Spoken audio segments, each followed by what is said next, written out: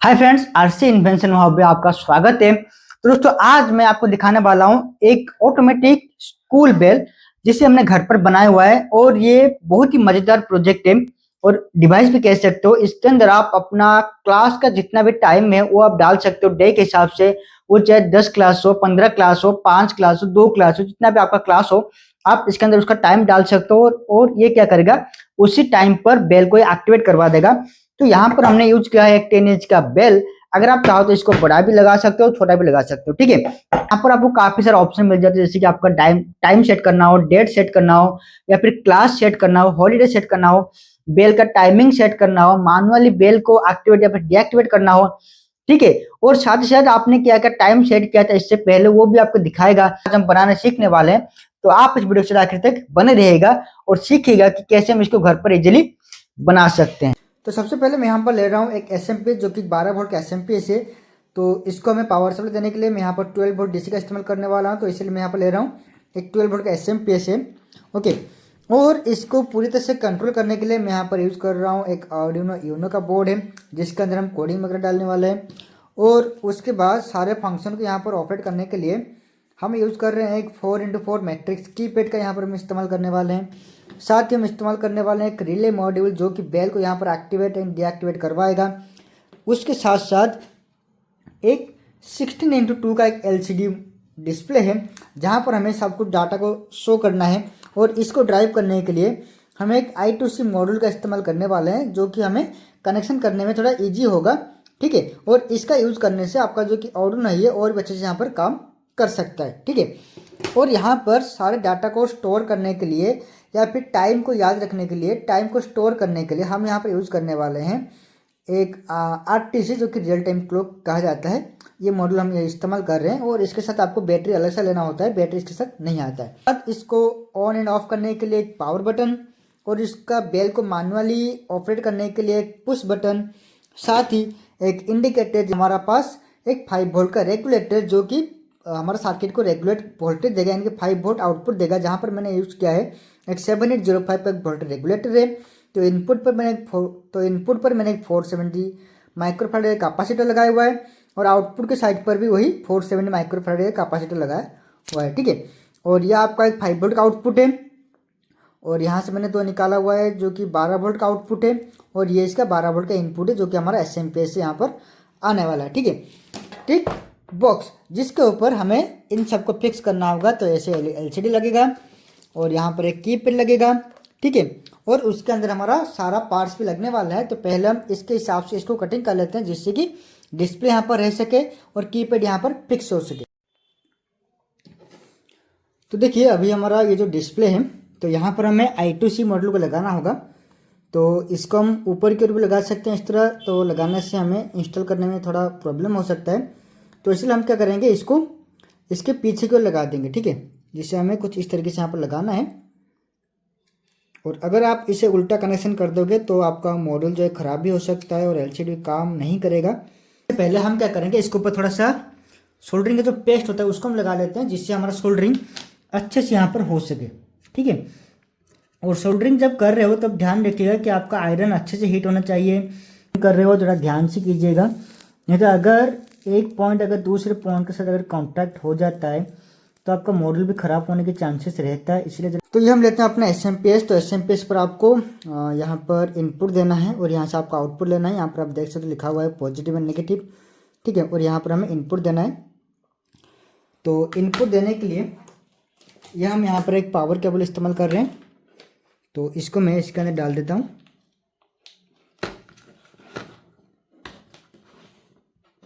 और यहाँ पर मैं एक छोटा सा गांठ लगा लेता हूँ, ताकि अगर कोई वायर वगैरह खींचाई करे तो ये बाहर ना निकल सके, ठीक है।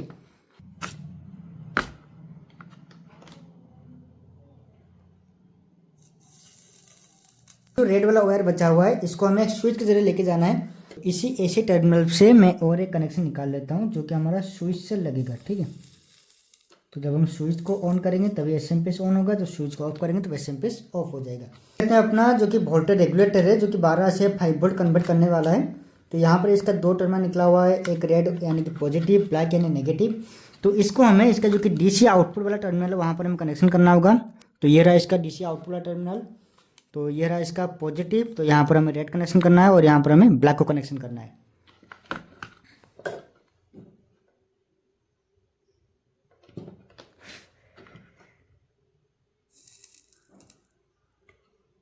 तो अभी हमारा जो कि एसी का टर्मिनल है, तो यहाँ से मैं और दो कनेक्शन निकाल लेता हूँ जो कि हमारा बाहर बेल पर जाने वाला है। जो हम बाहर जो बेल लगाएंगे,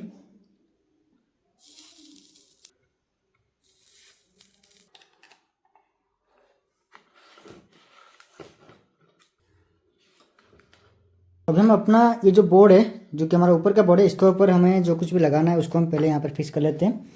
तो ये रहा हमारा इंडिकेटर। तो इंडिकेटर को हम यहाँ पर फिक्स कर लेते हैं। उसके बाद हम अपना एक एक करके सारे स्विच को भी यहाँ पर हम फिक्स करने वाले हैं।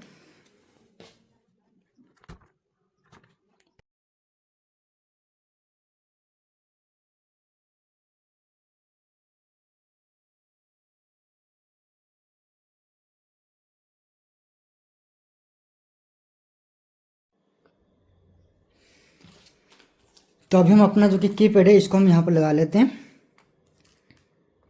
तो कीपैड लगाने वक्त इसके पीछे आपको एक टेप मिलेगा। इसको यहाँ से निकाल देने के बाद आपका ये यहीं पर पूरी तरह से अच्छे से यहाँ पर फिक्स हो जाएगा। आपको कोई एक्स्ट्रा ग्लू की ज़रूरत नहीं है।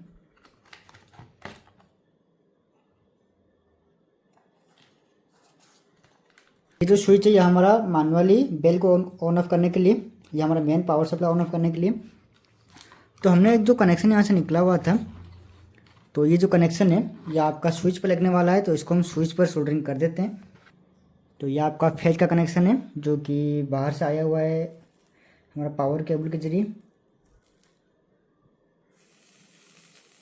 तो ये कनेक्शन हो चुका है इस स्विच का। तो हमारा जो इंडिकेटर है, तो हम क्या करते हैं, इसका एक टर्मिनल को मैं कनेक्शन कर देता हूँ, जो कि हमारा स्विच का आउटपुट है वहाँ पर मैं इसको कनेक्शन कर देता हूँ।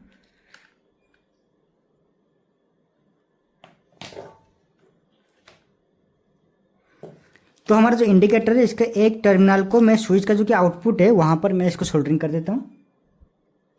तो यहाँ से इसको फेज मिल जाता है। तो न्यूट्रल हम बाहर से दे देंगे इसको।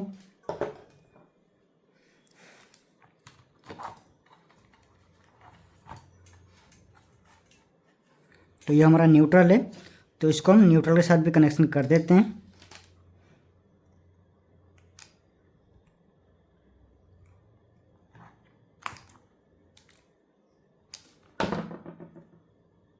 ये वाला जो फेज है ये जाके लगेगा कहाँ पर, हमारा रिले के टर्मिनल पर।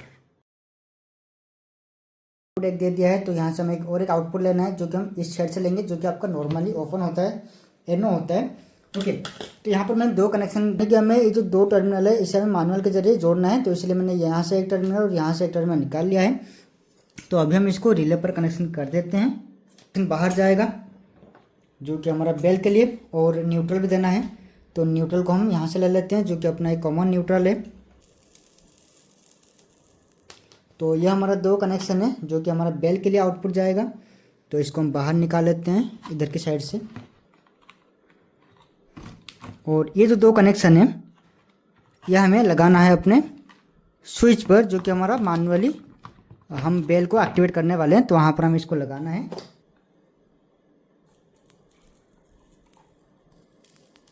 आपका जो कि 5 वोल्ट का आउटपुट है जिसे हमें लगाना है अपने रिले पर। तो ये जो रेड है ये आपका पॉजिटिव है जिसे मैं लगा देता हूँ अपने रिले के VCC टर्मिनल पर, और ये जो है ये आपका ग्राउंड है। तो इन दोनों को मैं साथ में लगा लेता हूँ।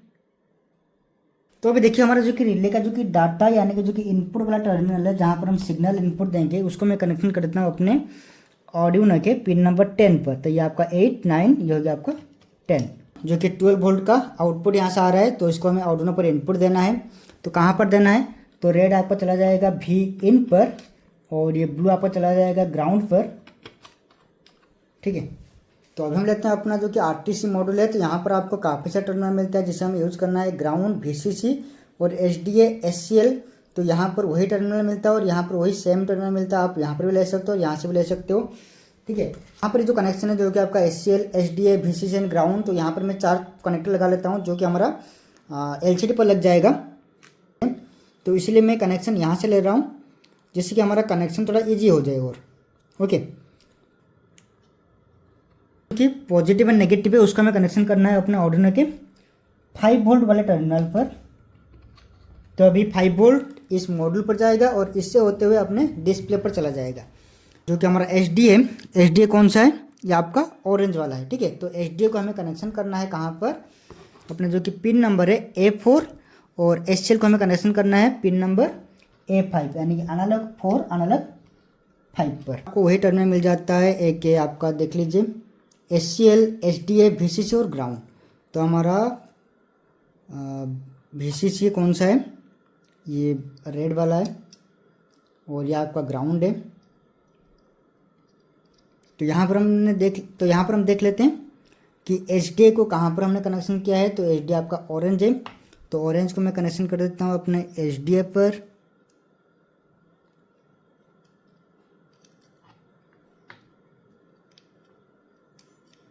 और ये आपका SCL।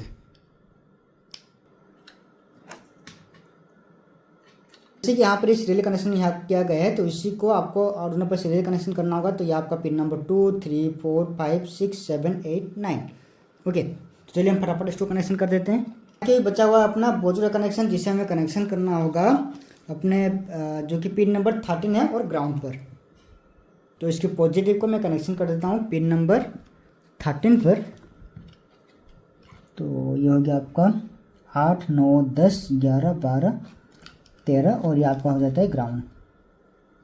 दोस्तों पूरा कनेक्शन होने के बाद आप क्या करेंगे, हम यहाँ पर प्रोग्रामिंग करेंगे। तो यहाँ पर मैं अपना प्रोग्रामिंग केबल यहाँ पर लगा लेता हूँ और अभी हम इसको कनेक्ट करेंगे अपने लैपटॉप के साथ, ठीक है। तो दोस्तों ये रहा हमारा कोडिंग। तो इसको अभी हम अपने बोर्ड पर लोड करने वाले हैं। तो उससे पहले हम चलते हैं अपने टूल्स पर और यहाँ पर हम देखते हैं आर्डिनो यूनो सिलेक्टेड है और हम पोर्ट सिलेक्ट करते हैं। तो ये हमारा पोर्ट आ चुका है कौन सा, COM30 आ चुका है। तो उसके बाद हम क्या करेंगे, इसको अपलोड कर देंगे। तो ये हो गया आपका अपलोड। तो अभी ये पहले इसको कंपाइल करेगा, पहले चेक करेगा कोड वगैरह सही है कि नहीं, उसके बाद ये इसको अपलोड कर देगा। दोस्तों ये हमारा पूरा जो प्रोजेक्ट है बनके कंप्लीट हो चुका है। तो इसको मैंने पूरी तरह से फिक्स कर लिया है और यहाँ पर कुछ स्टिकर वगैरह भी लगा लिया है। तो ये रहा हमारा बेल जिसे हम इसके साथ कनेक्ट करने वाले हैं। तो यहाँ पर हमारा 2 वायर निकला हुआ है, तो इसको हम इस बेल के साथ कनेक्ट कर देते हैं।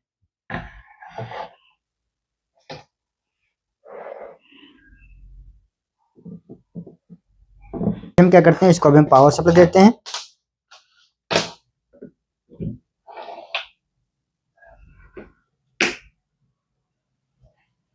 तो यहाँ पर अभी पावर आ चुका है, ठीक है।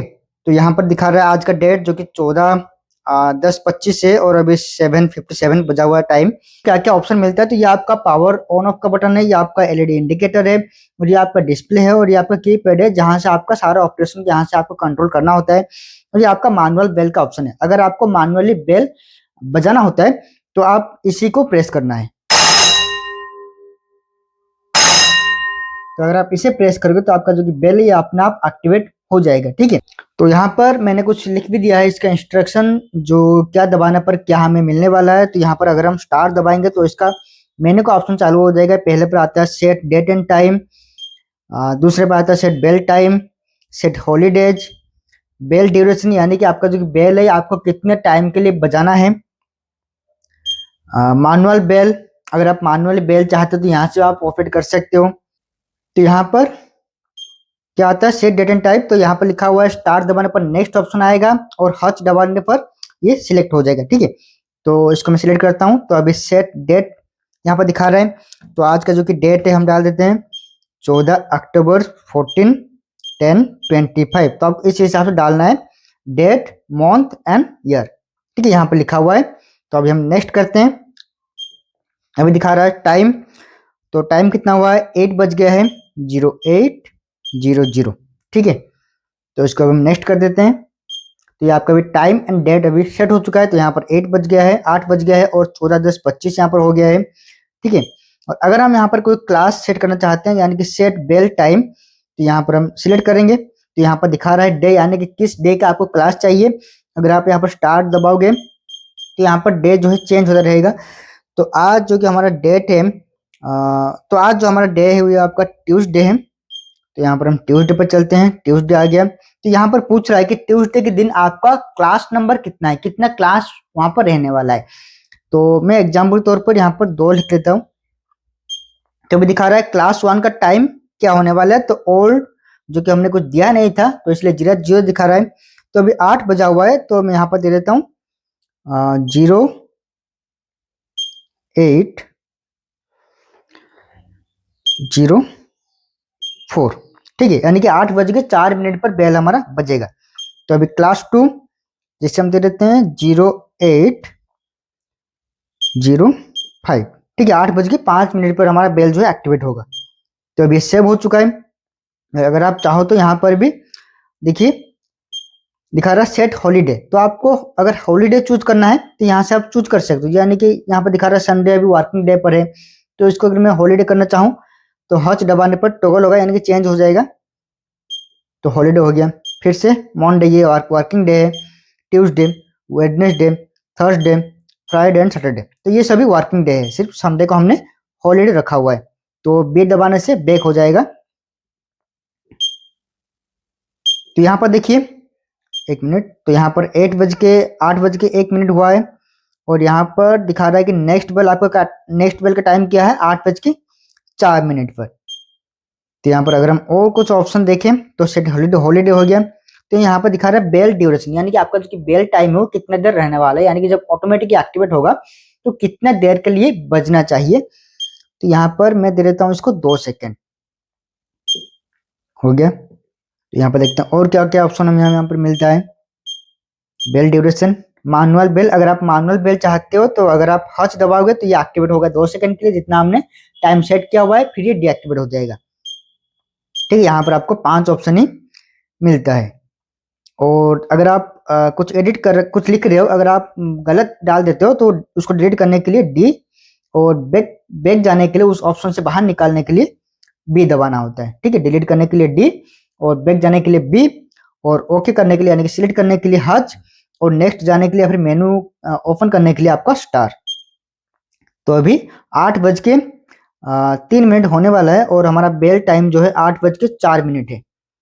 तो यहाँ पर हम देखते हैं 8 बज के 4 मिनट पर हमारा बेल एक्टिवेट होता है या फिर नहीं होता है।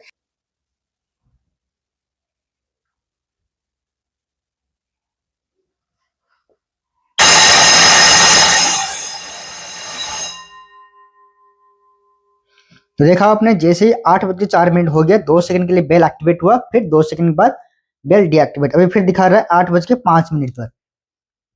तो अभी हमारा, तो हमने टाइम 2 टाइम दिया था, एक है 8 बज के 4 मिनट पर, दूसरा था आपका 8 बज के 5 मिनट पर।